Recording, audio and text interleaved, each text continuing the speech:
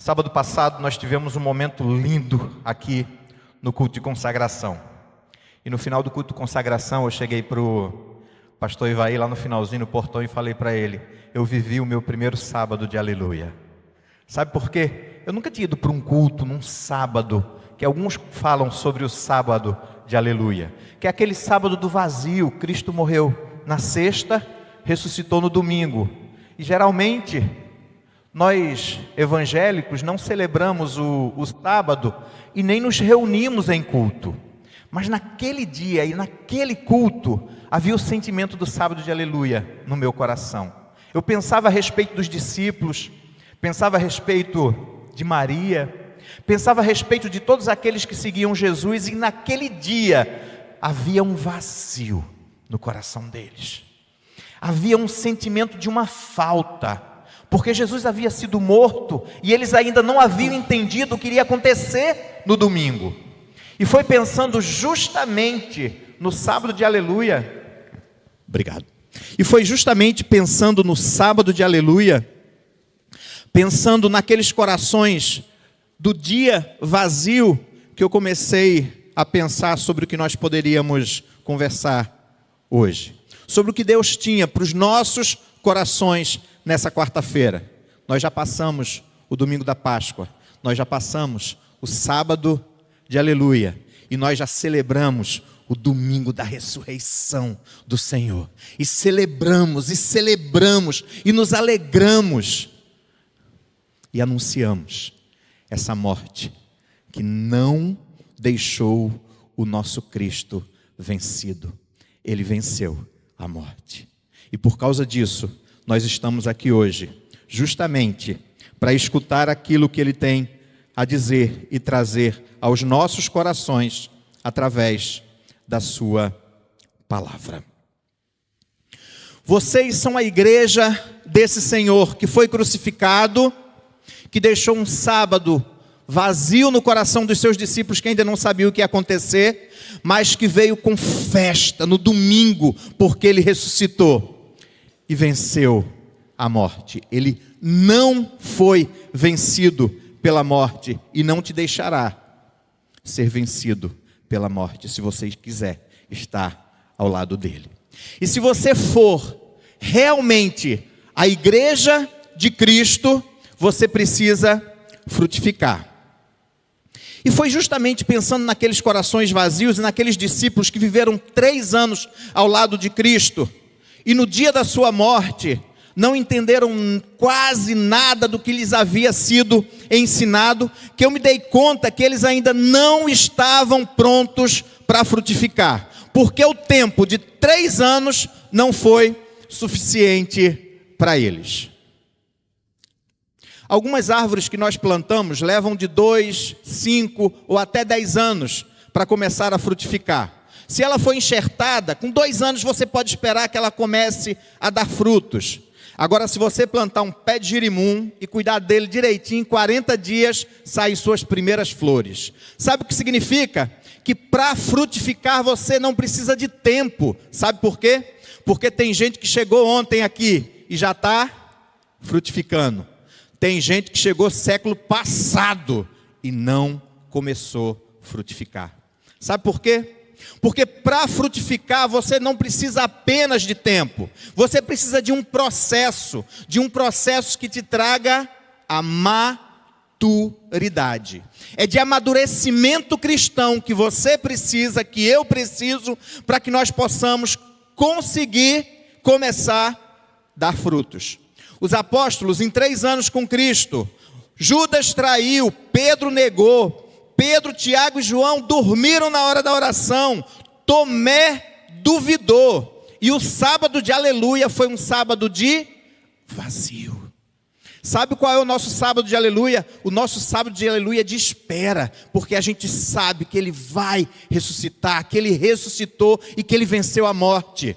Só que os discípulos ainda não haviam entendido a sua mensagem quando Ele disse que venceria a morte. Quando Ele disse que o templo seria destruído e seria reconstruído em 3 dias. Os discípulos não entenderam. Sabe por quê? Porque eles não haviam alcançado maturidade. Vocês lembram o que diz em Mateus 16:15? Há uma passagem lá na qual Jesus vai se dirigir aos discípulos e vai dizer assim a eles: e vocês, quem dizem que eu sou? O que dizem que eu sou? Jesus ainda está questionando eles porque eles andam com Cristo. Cristo é o mestre, é o professor deles, mas eles ainda estão descobrindo quem é o Messias. Eles ainda estão nesse processo de amadurecimento para que possam alcançar maturidade. O capítulo 21 de João tem um encontro lindo. Vocês lembram do encontro de Pedro, aquele que negou a Cristo depois da ressurreição? Existe uma única pergunta que Cristo faz a Pedro por 3 vezes. E qual é? Tu me amas? Tu me amas? Tu me amas? Ali nós encontramos o processo final de amadurecimento para a vida de Pedro. E sabe qual é a prova disso? A prova disso é que você acabou de ler o Evangelho de João, capítulo 21, e você tem esse grande encontro de Cristo com Pedro. E quando você começa no livro de Atos, lá no capítulo 2, você vai se dar conta que o discurso de Pedro é um discurso que arrasta pessoas. É um discurso que consegue fazer frutificar. O capítulo 1, versículo 15, fala que Pedro começa um discurso antes mesmo que haja descido o derramamento do Espírito Santo, com 120 pessoas. E ele prega. Sabe o que ele prega? Cristo. Sabe de quem ele fala? Cristo. Sabe quem ele ama? Cristo. Sabe quem ele quer no coração de todos aqueles que estão lá? Cristo. Sabe qual é o final disso tudo? É que mais de 3.000 pessoas entregam as suas vidas a Deus. Sabe o que é isso? Pedro começou a frutificar, pastor. Nesse momento eu consigo identificar que Pedro está começando a frutificar. O ministério dos apóstolos está se desenvolvendo justamente após a partida de Cristo, porque a partir da ressurreição de Cristo, eles recebem a sua última lição, e depois da última lição, eles são diplomados como servos de Deus, maduros, que anunciam a Cristo e que agora vão frutificar. Sabe o que é frutificar? Frutificar é conseguir fazer com que almas se rendam aos pés do Senhor. Mas para isso, igreja, você precisa de maturidade. Sabe qual é o exemplo de maturidade que nós temos no início do livro de Atos? Para nós pensarmos em ser igreja frutífera, uma igreja madura que frutifica, é a igreja primitiva. E eu quero que hoje você pense comigo que essa igreja primitiva é frutífera, porque é madura, ainda que esteja bem no seu início. Sabe por quê? Porque essa maturidade vem do alto, não vem do tempo. O tempo pode ser usado a teu favor para a maturidade, mas tem muita gente que usa o tempo contra para a sua maturidade. Sabe o que significa isso? Que por vezes eu abro a Bíblia, olho para ela, leio um texto e digo assim: Senhor, me dá algo novo. Senhor, limpa os meus olhos, minha mente e meu coração, para eu saber o que Tu estás me falando aqui. Às vezes o tempo que nós temos anuvia a nossa vista, tapa os nossos ouvidos e nós não entendemos o que Deus tem para nos mostrar e para nos dizer. A gente fica naquilo que nos disseram há tanto tempo. Bem-aventurados, pobres de espírito, aqueles que se esvaziam de tudo que sabem da religião e da fé, para conseguirem todos os dias chegarem aos pés da cruz, como uma criança. A primeira vez, Senhor, eu te quero, eu te desejo, eu quero brincar contigo, eu quero ouvir a tua voz, eu quero estar do teu lado, como criança, como se fosse a primeira vez.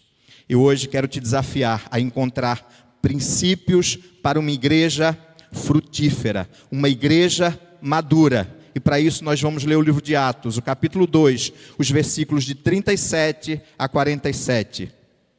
E pensar como vivia essa igreja primitiva, que já no seu início frutificava. E se frutificava, é porque ela tinha maturidade.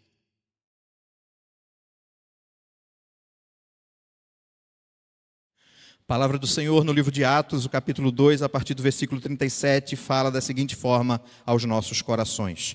Quando ouviram isso, ficaram muito comovidos e perguntaram a Pedro e os demais apóstolos: que faremos, irmãos? E Pedro respondeu: arrependam-se, cada um de vocês seja batizado em nome de Jesus Cristo, para a remissão dos seus pecados, e vocês receberão o dom do Espírito Santo, porque a promessa é para você e para os seus filhos, é para todos os que estão longe, e isto é, para todos aqueles que o Senhor nosso Deus chamar. Com muitas outras palavras deu testemunho e exortava-os, dizendo: salvem-se dessa geração perversa. Então os que aceitaram a palavra de Pedro foram batizados, havendo um acréscimo naquele dia de quase 3.000 pessoas. Versículo 42, e perseveravam na doutrina dos apóstolos, na comunhão, no partir do pão e nas orações. Em cada alma havia temor, e muitos prodígios e sinais eram feitos por meio dos apóstolos. Todos os que criam estavam juntos e tinham tudo em comum. Vendiam as suas propriedades e bens, distribuindo o produto entre todos, à medida que alguém tinha necessidade. Diariamente, perseveravam unânimes no templo, partiam pão de casa em casa e tomavam as suas refeições com alegria e singeleza de coração, louvando a Deus e contando com a simpatia de todo o povo. E eu repito, e contando com a simpatia de todo o povo. Enquanto isso, o Senhor lhes acrescentava dia a dia os que iam sendo salvos. Senhor nosso Deus e nosso Pai, nós estamos na Tua casa, nós partilhamos do mesmo entendimento de que Tu és o Senhor das nossas vidas e o nosso coração é Teu.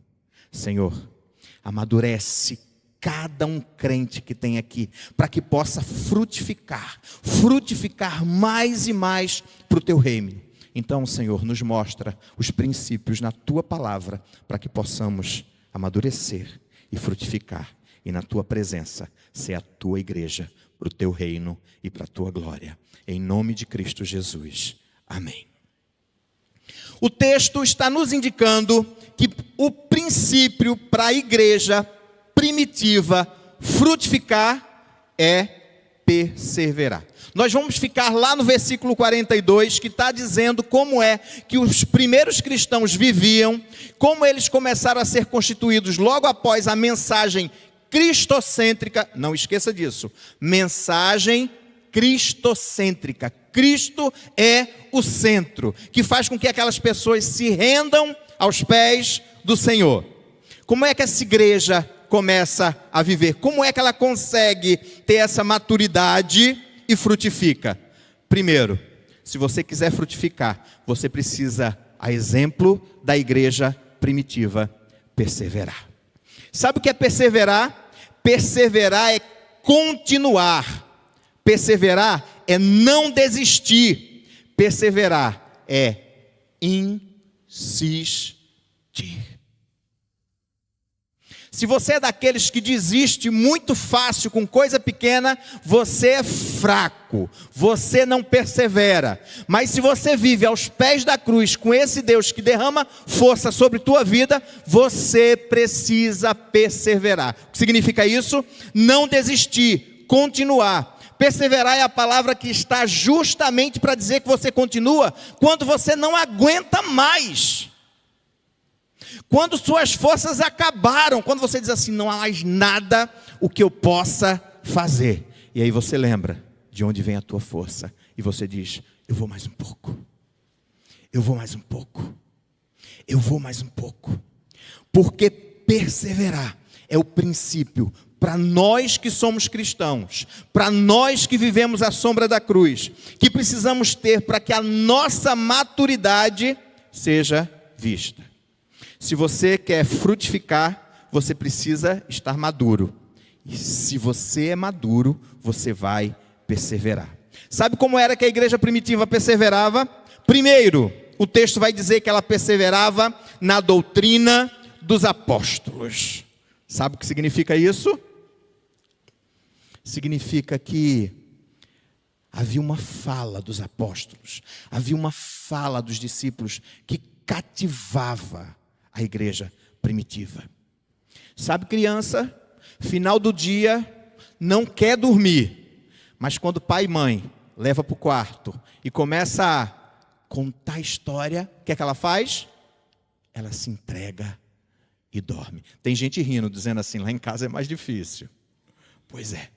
Mas a igreja primitiva era aquela que se encantava com a doutrina dos apóstolos. Sabe o que diz Lucas 24, versículo 32?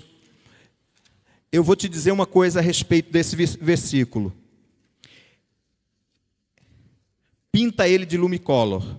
Escreve o endereço dele no início da tua Bíblia, porque isso você precisa dizer várias vezes para o teu coração.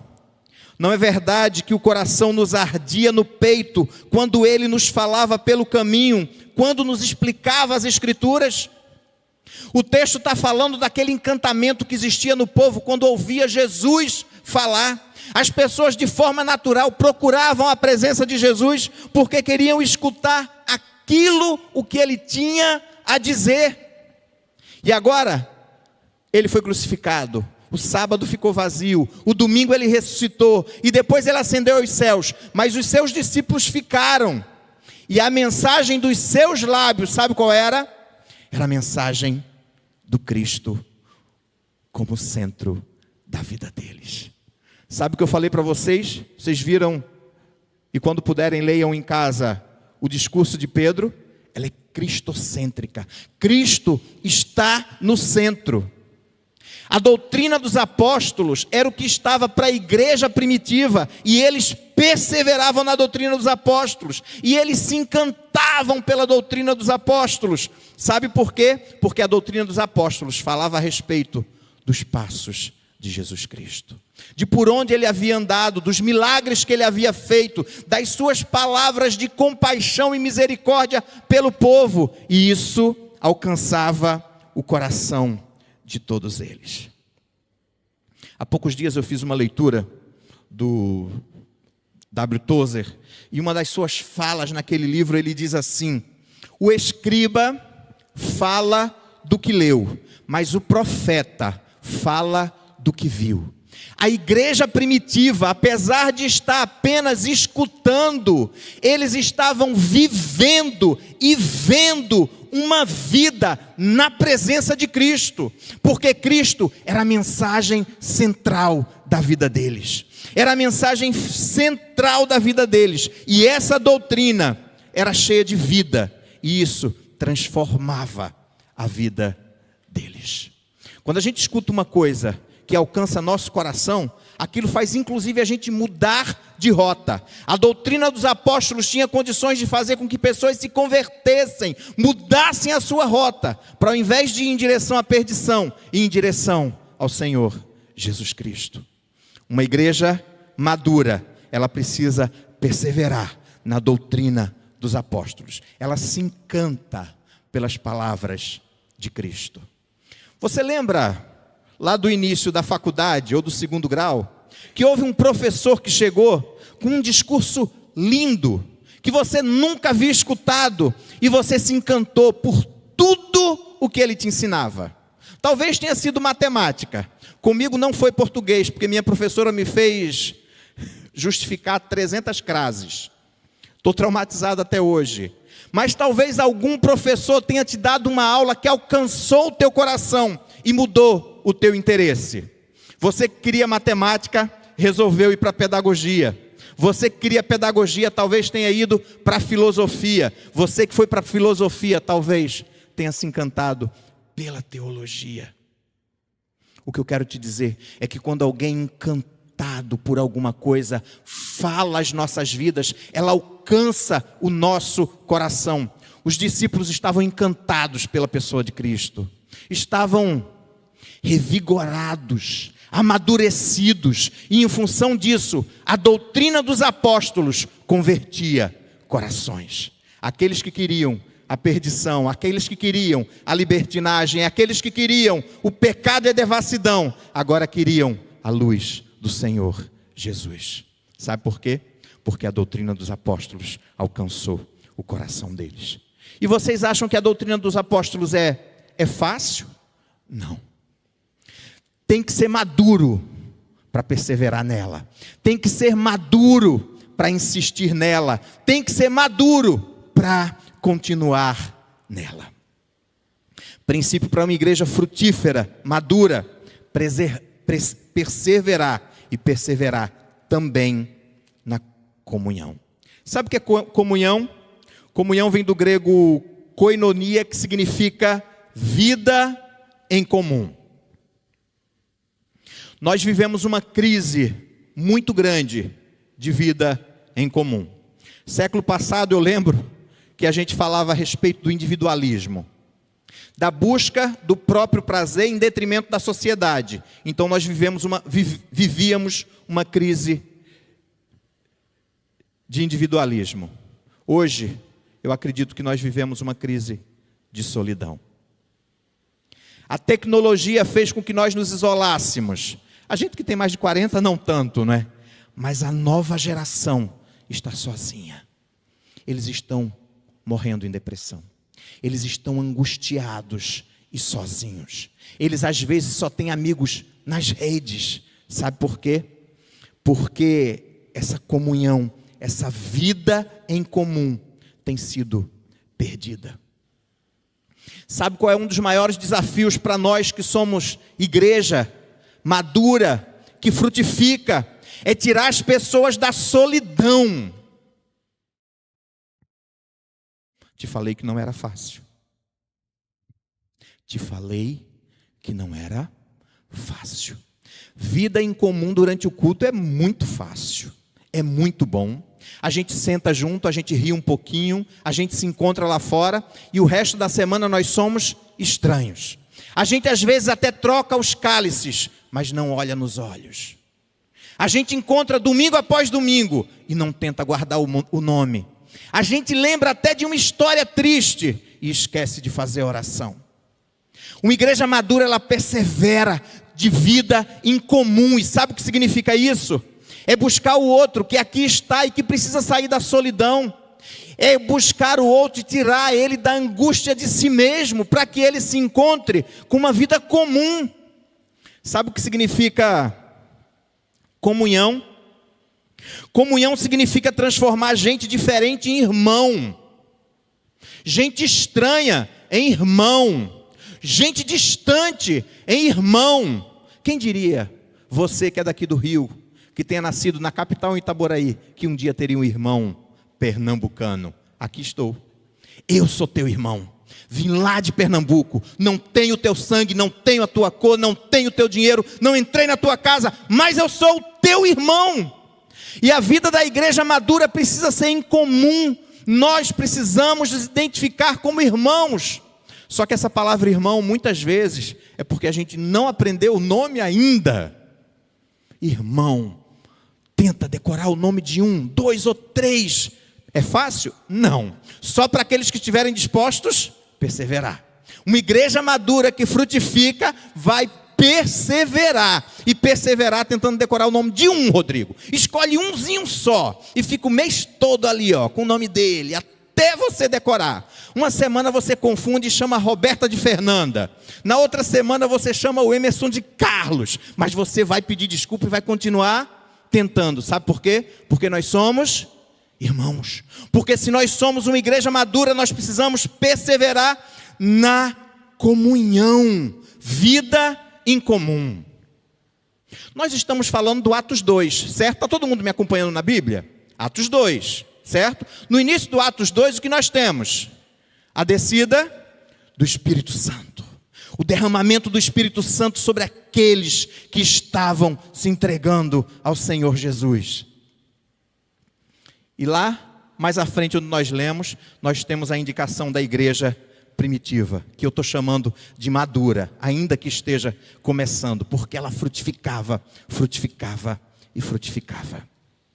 Eu queria que sempre que você pensasse na descida do Espírito Santo, nós sempre lembramos da descida do Espírito Santo e os dons de línguas. O que aconteceu nos dons de línguas?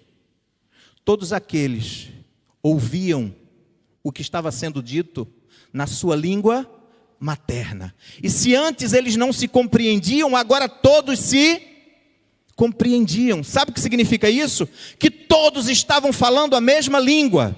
Lembra de Babel? A Torre de Babel. Eles desafiaram-se e queriam alcançar os céus, chegar onde estava Deus. E Deus disse: vou descer e fazer confusão. Sabe qual foi a confusão? Dividiu línguas.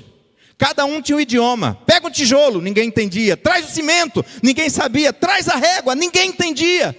Mas quando a gente chega em Atos 2, o que a gente tem agora, muito obrigado por tanto carinho. Isso é comunhão, vida em comum.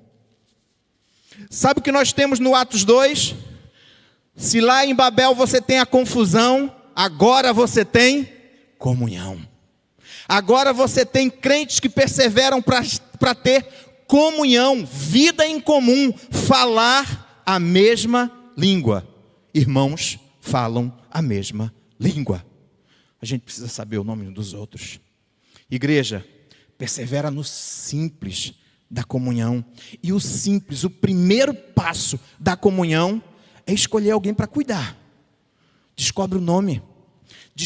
Você já observou que o Bruno acabou de vir à frente entregando sua vida para Jesus, e ele sempre senta naquela meiuca ali, ó.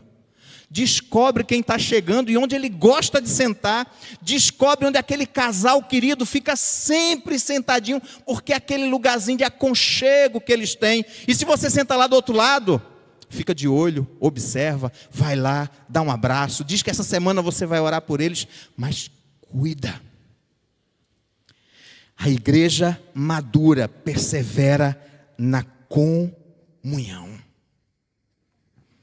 Já viram aqueles vídeos que uma mãe com uns 3, 4 ou 5 filhos chega com um teste de gravidez para dizer que vai chegar mais um?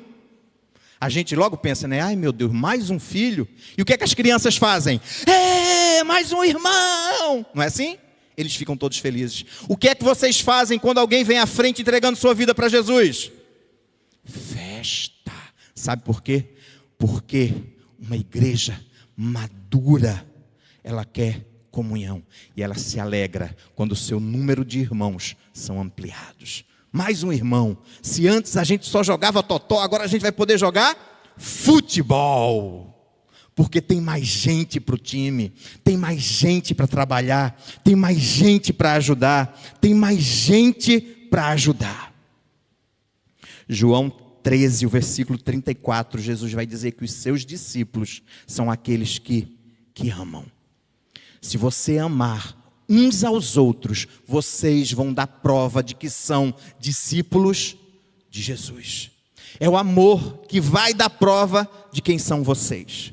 Mas o princípio para a igreja frutificar, ser madura, é perseverar não só na doutrina dos apóstolos, não só na comunhão, mas é perseverar também no partir do pão.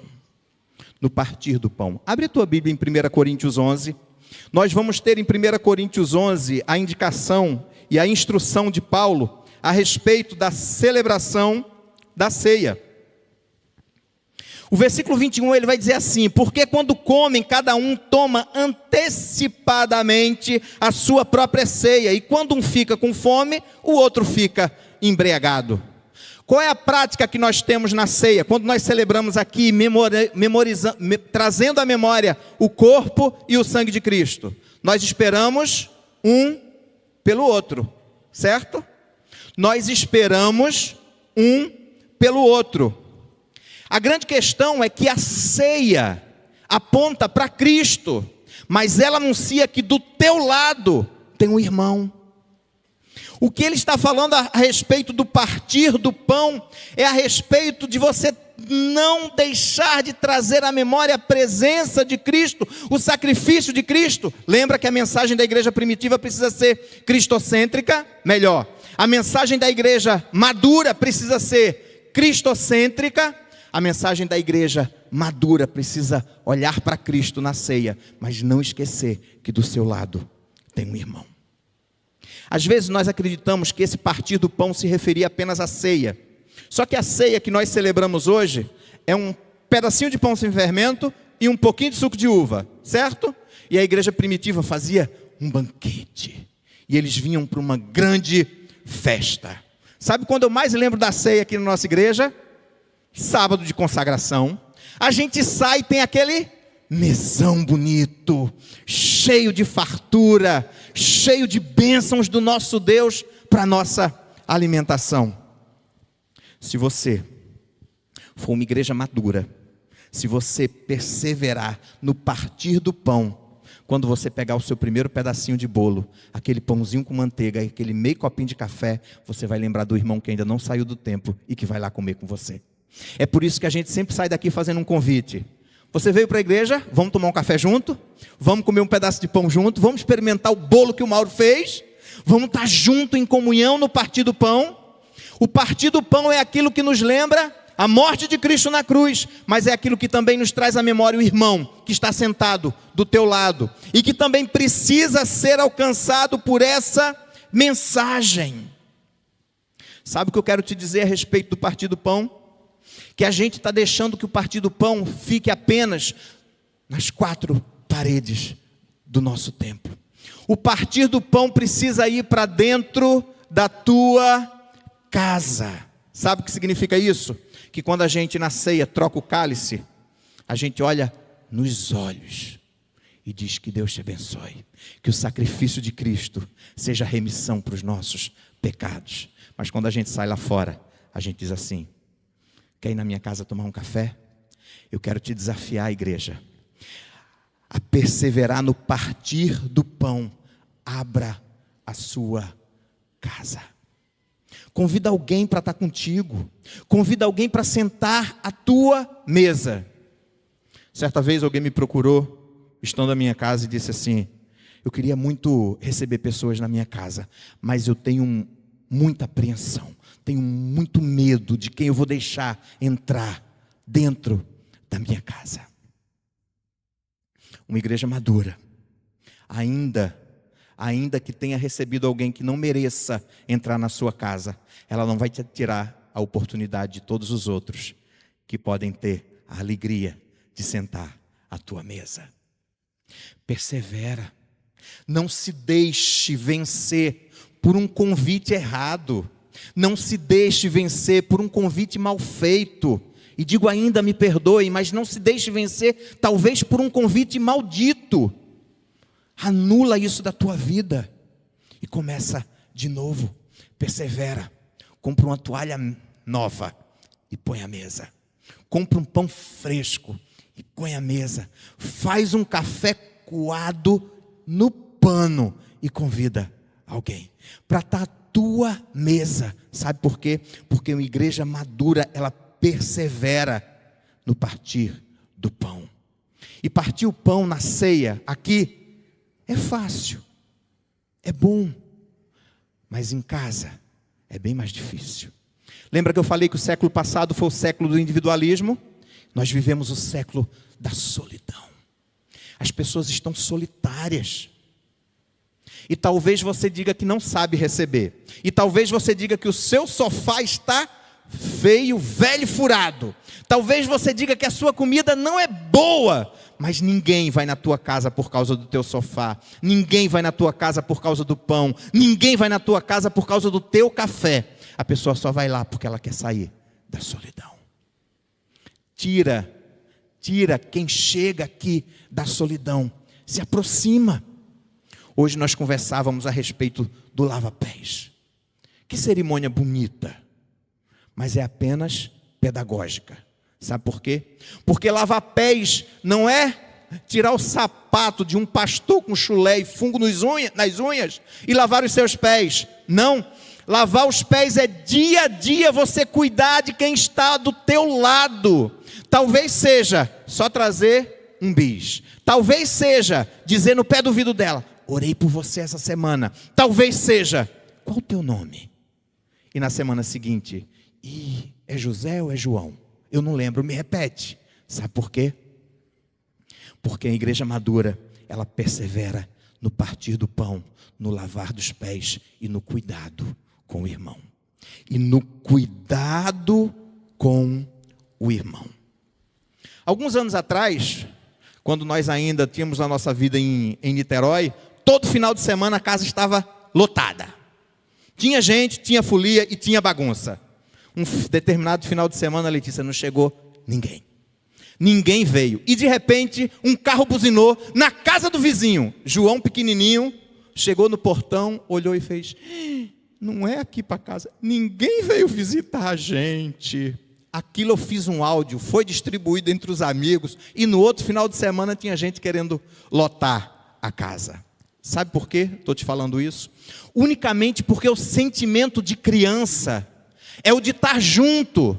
O nosso sentimento de adulto muitas vezes é de se isolar. A gente fecha a porta, passa a cortina, e quando o entregador da Shopee chama lá na frente, a gente fica: e se eu for, os vizinhos vão saber que eu estou em casa. Eu queria ficar quietinho, sem ninguém mexer comigo. Sentimento de criança não é esse. Sentimento de criança é de festa, de folia. Abre a porta, pula a janela, grita e atende todo mundo que chega. Esse é o nosso sentimento daqueles que querem perseverar no partir do pão. Comunhão é vida em comum. A gente está junto. E a nossa vida em comum é em Cristo. A mensagem dos apóstolos. Mas o partir do pão é quando a gente ajuda aquele que talvez não tenha pão. É talvez lavar o pé daquele do qual ninguém nunca lavou o seu pé. É talvez só descobrir o seu nome e chamá-lo pelo nome no domingo seguinte. Você já se emocionou quando alguém te chamou pelo nome? Eu já. Você já se sentiu especial quando alguém te chamou pelo nome? Eu já. Você já se derreteu e chorou quando alguém te chamou pelo teu nome? Eu já. Porque isso tem um poder incrível. Tem um poder de cuidado. E esse poder está sendo perdido pela nossa sociedade, porque as pessoas estão se sentindo sozinhas e solitárias. E por isso, quando alguém grita: Wellington, eu estou aqui. Quando alguém gritar: José, eu também estou aqui. Se gritar: Ricardo, eu também estou aqui. Nascimento, eu também estou aqui. São todos os meus nomes. Mas eu quero que você escolha o nome de alguém que você ainda não sabe. E você partilhe do pão, de saber o nome, do cuidado, de reconhecer o nome e de buscar essa pessoa. Fácil? Não. Talvez alguns sejam mais dados, isso seja mais fácil, mas outros são mais contidos, mais tímidos, mais reservados. E isso será muito difícil. Mas eu quero te dizer que se você é a igreja de Cristo, você precisa perseverar na doutrina dos apóstolos, na comunhão e no partir do pão. Parte um pouco da tua vida com esse que senta ao teu lado. Ele só quer sair da solidão. E se engana você que quem vai tirar essa pessoa da solidão é a tua presença, são as tuas mãos, é o teu pão ou é a tua casa. Mas é unicamente a presença de Cristo Jesus. Lembra que eu falei para vocês a respeito dos apóstolos? Viveram 3 anos com Cristo. E depois desses 3 anos, negaram, não acreditaram na ressurreição, dormiram durante a oração, fizeram uma lambança. Nos nossos tempos seriam alunos reprovados, mas Jesus os chama para a última lição, e a última lição é após a ressurreição. Seus corações são tomados de volta, e a partir disso, a fala deles é Cristo, a palavra deles é Cristo, a doutrina deles é Cristo. Uma igreja madura, ela persevera na doutrina dos apóstolos, na comunhão, no partir do pão, mas ela também persevera nas orações. Abre a tua Bíblia no Salmo 121 e nós vamos ler esse salmo todos juntos. Todos juntos vamos ler esse salmo. Sabe por quê? Porque hoje nós estamos aqui e isso aqui é um culto de oração. Culto de oração é aquele momento que a gente escolhe para buscar Deus. Lembra que eu te falei para abrir a tua casa e receber alguém? Mas deixa eu te pedir 2 coisas. Não deixe ela ir embora sem ouvir um trecho da palavra de Deus. Não deixe ela ir embora sem escutar e sem ter ao teu lado um minuto de oração. Porque o motivo de você a convidar, dela estar na tua casa, é a transformação unicamente que vem através desse Cristo. Através desse Cristo que transformou a mensagem de Pedro, num encontro de 120 pessoas, para um encontro de quase 3.000 pessoas. Vamos juntos ler o Salmo 121. Elevo os meus olhos aos montes, de onde me virá o socorro? O meu socorro vem do Senhor, que fez o céu e a terra. Ele não permitirá que os seus pés vacilem, não dormitará aquele que guarda você. É certo que não dormita, nem dorme o guarda de Israel. O Senhor é quem guarda você. O Senhor é a sombra à sua direita. De dia não lhe fará mal o sol, nem de noite a lua. O Senhor guardará você de todo mal, guardará a sua alma. O Senhor guardará a sua saída e a sua, desde agora e para todo. Sabe quem nos guarda? Aquele que nos guarda é o guarda de Israel. É o Senhor, nosso Deus. O pessoal da música já pode subir. E sabe quem é esse Deus que nos guarda? É o Emanuel, o Deus conosco. Sabe por que uma igreja madura precisa perseverar na oração? Para ela nunca ser iludida pensando que algo é alcançado unicamente por ela mesma. Nada do que é alcançado para o reino numa igreja é por causa da sua própria força. É por causa da força daquele a quem nós suplicamos, a quem nós gritamos, a quem nós elevamos as nossas orações. E o nome dele é Emanuel. É unicamente ele que tem todo o poder de fazer com que você possa ser uma igreja madura, que persevera. Perseverar é difícil. É difícil continuar na doutrina dos apóstolos e entender aquilo que é pecado e sair do pecado.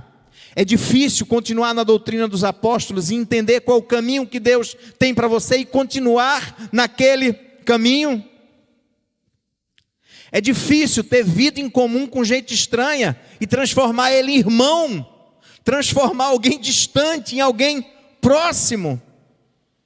É difícil no partir do pão cuidar do outro, que domingo a domingo está aqui em solidão, querendo, precisando de que você seja as mãos de Deus para cuidar dele de alguma forma. É difícil dobrar os joelhos e reconhecer quem é o Senhor das nossas vidas. Tudo isso é difícil, mas a igreja primitiva perseverava. A igreja primitiva perseverava. A igreja primitiva, ela insistia, ela não desistia, ela continuava. João 15:4, as palavras de Jesus dizem assim: permaneçam em mim e eu permanecerei em vocês. Sabe o que é perseverar? Perseverar é permanecer. Perseverar é permanecer. Sabe o que foi que Pedro fez quando ele fez aquele belo discurso, aquele belo sermão, e as pessoas entregaram as suas vidas a Jesus? Ele perseverou. Ele permaneceu olhando para a cruz. Ele permaneceu no seu amor por Jesus. Senhor, tu sabes que eu te amo.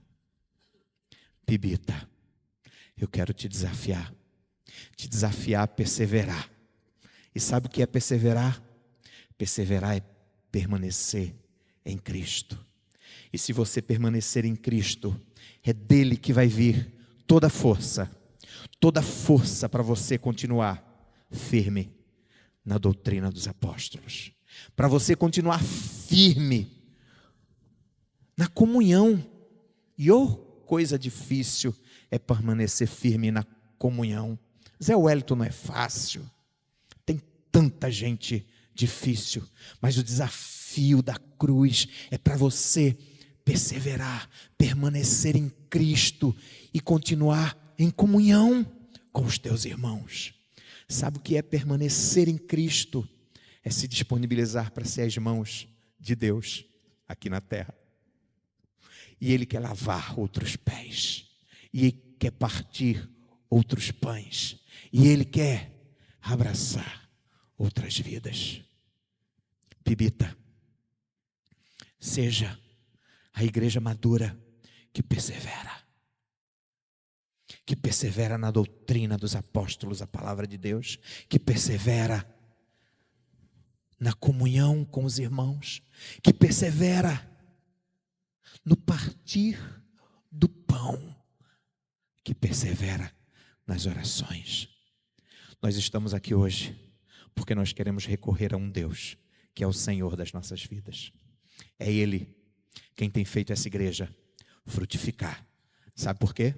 Porque você tem perseverado. Porque você aprendeu o nome de alguém. Porque você convidou alguém para tomar um café. Se não foi na tua casa, foi na padaria.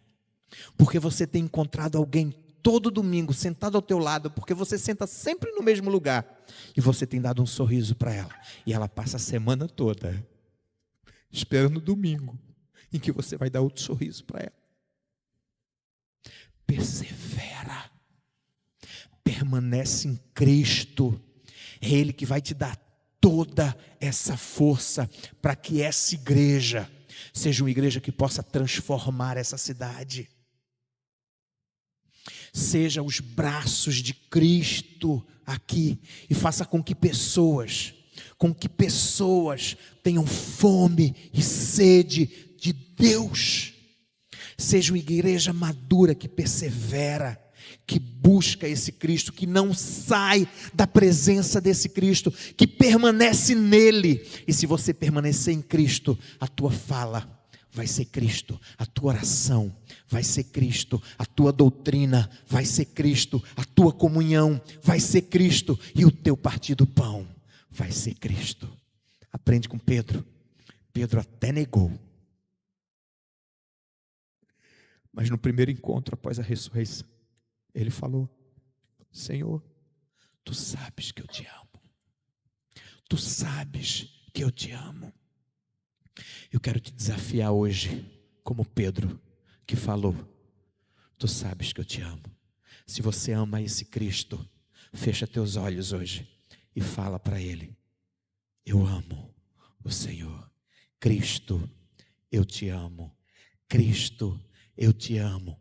Persevera, permanece em Cristo, não sai da presença dEle.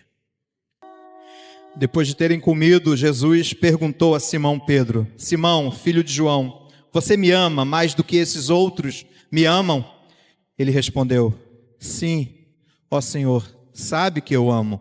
Jesus lhe disse: apacenta os meus cordeiros. Jesus perguntou pela segunda vez: Simão, filho de João, você me ama? Ele respondeu: sim, ó Senhor, sabe que eu amo. Jesus lhe disse: pastorei as minhas ovelhas. E pela terceira vez, Jesus lhe perguntou: Simão, filho de João, você me ama? Pedro ficou triste por Jesus ter perguntado pela terceira vez: você me ama? E respondeu: o Senhor sabe todas as coisas, sabe que eu o amo. E Jesus lhe disse: apacenta as minhas ovelhas. Se você essa noite atendeu ao desafio de uma igreja madura, que tem Cristo como centro da tua vida, e você falou para Jesus assim: Senhor, eu te amo, eu quero que você escute a mesma coisa que Pedro escutou aquele encontro: apacenta as minhas ovelhas, cuida das minhas ovelhas, pastoreia as minhas ovelhas. Aqui estão as ovelhas do nosso Senhor Deus. E eu pedi para que as luzes fossem acesas, para que você olhe em volta. Olhe em volta aí, ó. Tem muita ovelha de Cristo. E se você falou para Ele que você o ama, Ele está te desafiando a cuidar dessas pessoas. Ele está te desafiando para que você persevere e cuide dessas pessoas. Tem gente chorando sozinha. Tem gente Tem gente querendo descobrir o próprio nome na boca de outra pessoa. Tem gente querendo apenas um sorriso teu quando senta ao domingo e vem cultuar ao Senhor.